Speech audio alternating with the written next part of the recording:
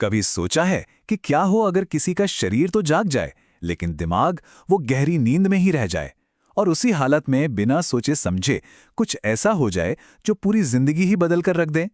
आज हम नींद में चलने यानी कि सोमनेब्यूलिज्म की इसी अजीब और रहस्यमयी दुनिया को समझने की कोशिश करेंगे। चलिए, इस कहानी को समझने के लिए एक ऐसे केस से शुरुआत करते हैं जो किसी को भी हैरान कर देगा। ये कहानी है केनेथ पार्क्स की, एक ऐसा इंसान जिसे उसकी नींद ने ही कातिल बना दिया, या शायद नहीं। तो बात है 24 मई 1987 की। कनाडा में एक 23 साल का नौजवान केनेथ पार्क्स, जो कर्ज में डूबा हुआ था, अपने सोफे पर सो जाता है। लेकिन आधी रात को वो अचानक उठता है, अपनी कार में बैठता है और पूरे 22 किलोमीटर ड्राइव करके अपने सास ससुर के घर पहुंच जाता है। वहां पहुंचकर वो अपनी सास की हत्या कर देता है और अपने ससुर को बहुत बुरी तरह घायल कर देता है। और फिर वो खून से लथपथ सीधा पुलिस स्टेशन पहुंचता है और कहता है, मुझे लगता है मैंने 2 लोगों को मार दिया है। ये मामला यहीं पर और भी अजीब हो जाता है। केनेथ के हाथों पर गहरे घाव थे, लेकिन उसे जरा भी दर्द महसूस नहीं हो रहा था। उसके पास अपने सास ससुर को नुकसान पहुंचाने की कोई वजह, कोई मोटिव ही नहीं था। और सबसे चौंकाने वाली बात, कोर्ट में उसके वकीलों ने कहा कि केनेथ ने यह सब कुछ नींद में चलते हुए किया था। और यहीं से एक बहुत बड़ा सवाल खड़ा होता है, क्या कोई इंसान नींद में किए गए जुर्म का गुनहगार हो सकता है? इस कानूनी पहेली को सुलझाने के लिए हमें पहले ये समझना होगा कि आखिर ये नींद में चलना होता क्या है। तो चलिए, इस पहेली को सुलझाने के लिए साइंस की मदद लेते हैं।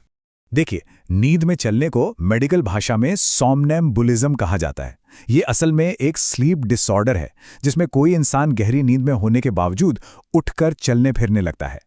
हमारी नींद के 2 मेन हिस्से होते हैं। एक है एनआरएम स्लीप, जिसमें शरीर आराम करता है पर वो हिलडुल सकता है।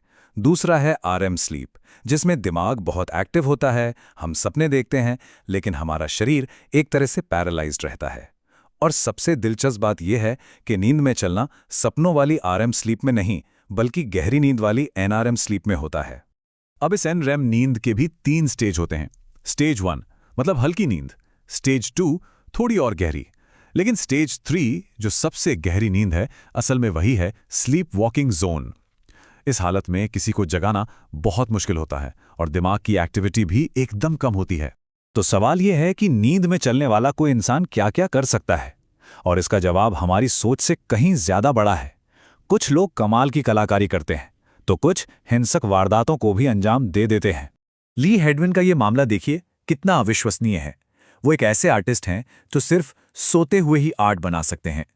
जागते हुए उनसे एक लाइन भी नहीं खींची जाती। एक्सपर्ट्स का मानना है कि नींद में उनके दिमाग का जो क्रिएटिव हिस्सा है वो बिना किसी रोक टोक के काम करने लगता है। ये जो स्लीप वॉकिंग का स्पेक्ट्रम है वो सच में हैरान करने वाला है। एक तरफ ली हेडविन जैसे लोग हैं जो नींद में शानदार पेंटिंग्स बनाते हैं, तो दूसरी तरफ रॉबर्ट वुड जैसे लोग जो ऑमलेट और पास्ता बना लेते हैं। सचिन तेंदुलकर ने भी बताया है कि अपने शुरुआती दिनों में वो नींद में होटल के कमरे में टहलते थे।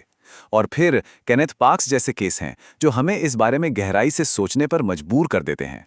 तो अब सबसे जरूरी सवाल पर आते हैं, आखिर लोग नींद में चलते क्यों हैं? इसके पीछे जेनेटिक्स और कुछ खास वजहें हैं। देखिए, इसमें जेनेटिक्स का एक बहुत बड़ा हाथ है।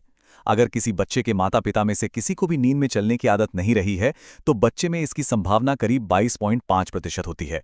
लेकिन अगर एक पेरेंट को ये आदत है, तो ये संभावना बढ़कर 47.4% हो जाती है। और अगर दोनों को ही ये आदत रही हो, तो ये आंकड़ा 61.5% तक पहुंच जाता है। जेनेटिक्स के अलावा भी कुछ चीजें हैं जो स्लीप वॉकिंग को ट्रिगर कर सकती हैं, जैसे कि नींद पूरी न होना, बहुत ज्यादा स्ट्रेस, कुछ दवाइयां और खासकर बच्चों में बुखार या कोई बीमारी। ये सारी चीजें दिमाग को गहरी नींद से सही तरीके से बाहर आने से रोक सकती हैं। और शायद ये सुनकर अजीब लगे कि ये कोई बहुत रेयर चीज नहीं है। पूरी दुनिया में लगभग 6.9% लोग अपनी जिंदगी में कम से कम एक बार तो नींद में चलते ही हैं। अच्छा, तो चलिए अब वापस कोर्टरूम में चलते हैं और देखते हैं कि कानून इस दिमागी गुत्थी से कैसे निपटता है।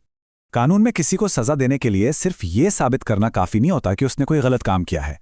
ये भी साबित करना पड़ता है कि उसके मन में वो काम करने का इरादा था, मतलब एक गिल्टी माइंड था।